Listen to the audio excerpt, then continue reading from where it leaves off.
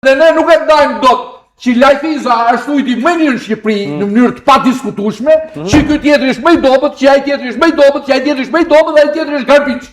Po këta i fusin të gjithë dhe i përzin dhe thonë, arme se këta e legena po e pi gjaku si komunizëm dhe të bim Alin Qorin në pushtet.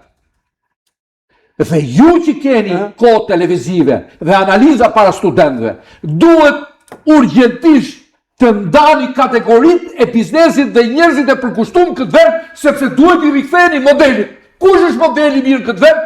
Cili është, pa më thoj? Gjergj Luca. Është modeli mirë këtë vend, sepse Gjergj Luca ka marrë mbeturinat në për Shqipëri, i ka kthyer në vend e shprese, ka marrë mbeturinat në Shqipëri, i ka kthyer në vend e eksportit, del me stetit, e zë mallin, e bjen fabrike për punon, i ve logon edhe emri Rozafa e shpërdan gjithë botën dhe ti mu më gjej një brend shqiptar që bën këtë punë, jo në Shqipëri, por në gjithë Ballkanin që bën këtë punë që bën Rozafa. Dhe këta qëllimisht, këta opinionistat, merren me Rozafën nga mjesi deri në darkët për ta bërë pis dhe për t'i thonë që Rozafa oligark është që kjo ena e ndyrë pis që ka vjellë, që është morë me krimin organizuar, që është morë me drogë, që është morë me poshtërsina, pse?